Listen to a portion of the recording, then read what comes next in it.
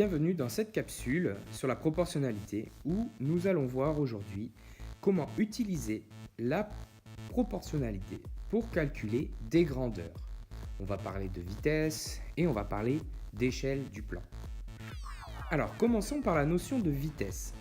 Il faut savoir la définition de la vitesse moyenne.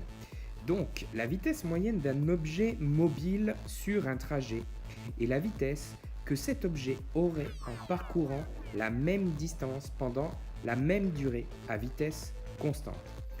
Autrement dit, c'est une situation qui est rarement plausible puisque un objet mobile subit beaucoup de variations. Si on prend l'exemple d'une voiture, on ne va pas rouler toujours à la même vitesse. Je vous conseille de freiner avant un virage. Maintenant, pour déterminer une vitesse moyenne, on va supposer qu'un véhicule roule toujours, par exemple, à la même vitesse. Alors pour déterminer une vitesse moyenne, en fait, il y a une relation à connaître. Donc vitesse moyenne est égale à la distance parcourue divisée par le temps pour effectuer cette distance. Alors c'est très simple, il suffit de se souvenir de, moi j'utilise toujours ce moyen mnémotechnique. Pour ne pas oublier cette relation, il suffit de penser à un compteur de voiture. Eh bien, on roule à 100 km/h.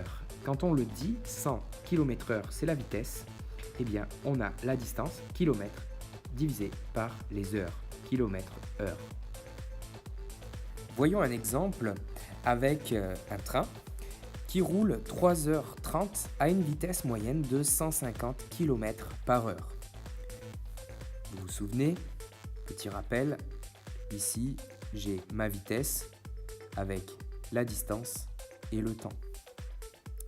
Donc, on va retranscrire en fait cet énoncé-là dans un petit tableau de proportionnalité avec les distances en kilomètres sur la ligne du haut et la durée en minutes sur la ligne du bas.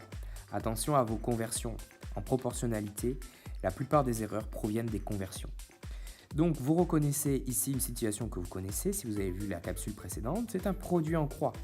Eh bien nous allons faire pour déterminer point d'interrogation 210, je pars de la valeur en dessous et je fais ma croix, donc 210 fois 150 divisé par 60 est égal à point d'interrogation, c'est-à-dire 525 km. Donc